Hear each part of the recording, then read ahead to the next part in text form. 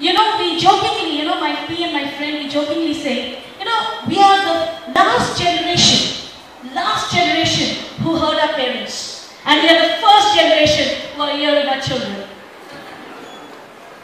Why? It's not because the children's fault, it's not because my fault or parents' fault, it's not because of her. It's the changing time, isn't it? Time has changed big time, yes or no? Yes. Super. And hence, today my topic is dealing with conflict. And the only thing I say in my classroom training also, there is one person you have full control. Full control. One person only. Can you change your mother-in-law? Can you change your wife? He's shivering also. The only person who we can change is who? Come on, I know you know the answer. So the entire ownership comes to whom? Mother. If it is the children who's going in the wrong path, whose ownership it is to correct them? Yes or no? Yes. So shall I start my communication on this topic? Thank you so much. Thank you, Pawan, for inviting me to such an awesomely scintillating, official and exciting event today. Thank you so much. So let me tell you the story of a child. A small child, toddler, 2 months, 3 months. Yeah? How many of us have that small child? You would relate with me better, and those who have baby children would really go nostalgic, alright? So we have a small child here, okay? All full of life, cuddly, cute. You want to love that child, right? Or no? And then you have these adults who are so enthusiastic that they're going around the child, they're waiting for the child to wake up. Yes? They're waiting for the child to sit, hear them cry, everything. The same adults who maybe 3 months ago could not even stand each other are now communicating free flow. There's a lot of energy in the house. But as this child goes from toddler to a teenager, the same adults who were so enthusiastic about talking to the child, being around with the child, are now stepping a little side back. They are thinking what they have to speak to this child because this child is exploding. They are wondering, what is the matter? My child has suddenly changed. Where is that cute, cuddly child which I really honor? Where is that child? And that nostalgia, that pain is in each and every person's heart. Every parent's heart. But the whole point is, today, we are not going to talk about problems. We never talk about problems. We are very solution focused. It's always the 90-10 rule that I say. You know, what is the 90-10 rule? 10% of your time you must give on the problem. What is the problem? What is going wrong in my child's life? What is it that he's answering so rudely? What is the expectation that he has in me? Just define it. Write it down. Don't even go, don't criticize and then complain. Okay? You know my child, blah, blah, blah.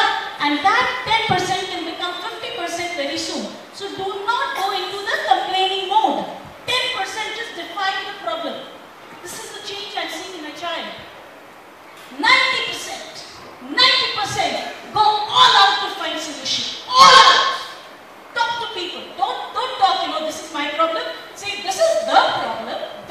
So as soon as you say the word the entire conflict goes away a little. And you say, hey, this is the problem. What do I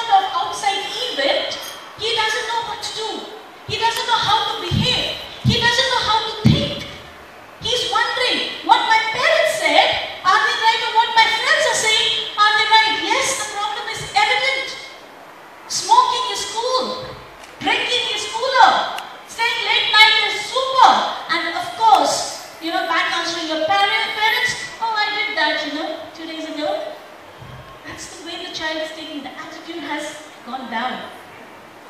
In this conflict, then there's another problem is that they don't know how to communicate, the lack of communication. They're more of you pointing, so you kind of say, hey, stop, I'm not here for your complaints. So as a parent, you back out. You wonder what's happening. And in this conflict, and in this lack of communication, this person goes through a major confusion.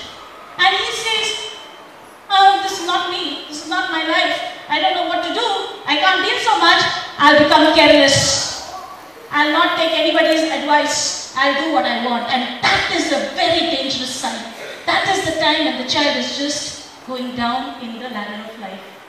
And that is the time when we parents, you know, the more the child is angry, the more love we have to show to the child. That's the equation today. Today you cannot fight anger with anger. You can't fight it. The more the child is rude, you have to give that much of support.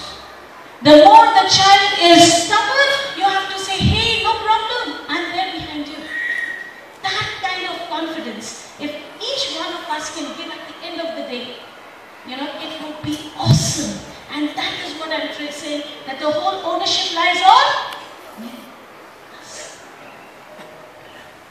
Now, you'll say, you know, Shilpi, this is okay, I know, everything's fine.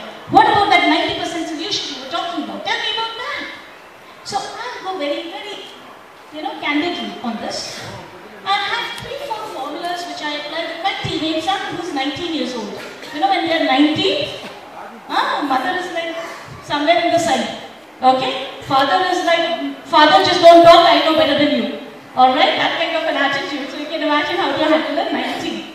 So I just say one thing is, let's do a little bit of self-analysis. What can I do to improve my capacity to deal with this child? Okay? So first thing is, I know I'm stealing this phrase from the latest event that has happened, Man Ki Baat. Man Ki Baat. Kiske Man Ki Baat? Nahi Man Ki Baat. Again, I know I'm very harsh on parents, but I say these children are so conflicted. They need our help. And we have to be a warrior. We have to be Spartans in front of them. Nothing less. So that is why I keep on saying, this is me I have to do. I can't say, child, you change. Child, you must do this way.